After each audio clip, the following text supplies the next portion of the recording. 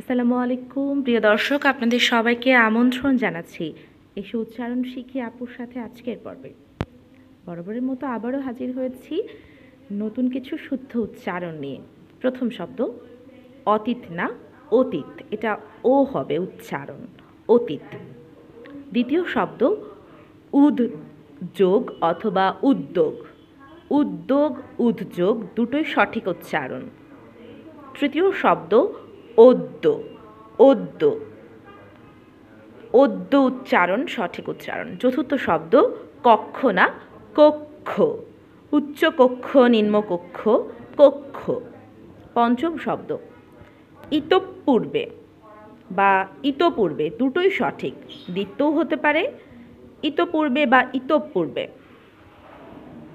ষষ্ঠ শব্দ এখন, এখন না এখন, এখন যাচ্ছি, এখন খাচ্ছি। সর্বশেষ শব্দ বিজ্ঞপ্তি, বিজ্ঞপ্তি, বিজ্ঞপ্তি। এই ছিল আজকের মতো। এতক্ষণ সঙ্গে থাকার জন্য অসংখ্য ধন্যবাদ। আসসালামু আলাইকুম।